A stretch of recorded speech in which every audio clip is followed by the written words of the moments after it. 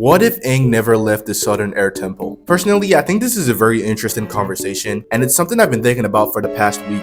I already kind of made a short about it, and it got a decent amount of views and comments, with some agreement and a lot of pushback. And I know kind of like the default position on this is like Aang certainly dies, but I don't think that's necessarily true. But in today's video, we're going to be taking a deeper dive into this conversation. What would happen if Aang never ran away? Personally, I think Aang staying would have significantly increased their chances of survival, specifically in the Southern Air Temple, because I know it was a simultaneous attack on a different air temple, so I'm specifically talking about in the Southern Air Temple where Aang resided. And my argument or theory hinges on the Avatar state. It's just like the Avatar state is that simple. Now, I perfectly understand that Aang is not immutable in the Avatar state, and the Avatar state has its limits, but I think it would have been more than enough to at least cause a significant distraction. Maybe not fully win the fight, but create enough of a distraction or turbulence to cause an escape or prevent the total victory or annihilation of the air nomads. But before we get into the conversation of the Avatar state, I think we need to analyze the Fire Nation and their manpower, or the number of soldiers who actually came to attack the Southern Air Temple. Now, I know there are no stated numbers canonically, but I think we can obviously theorize on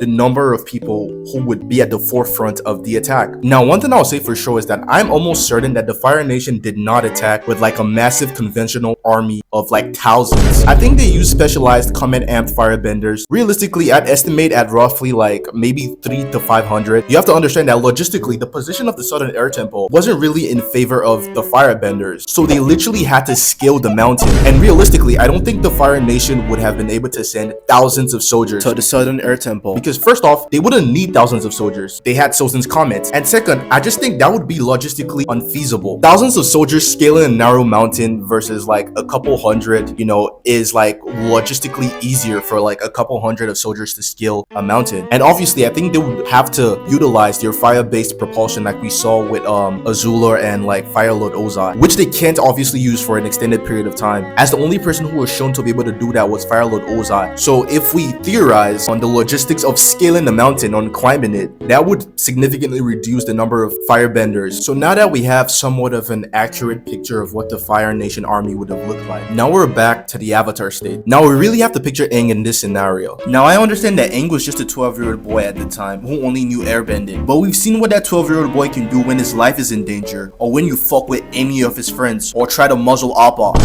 Muzzled Appa?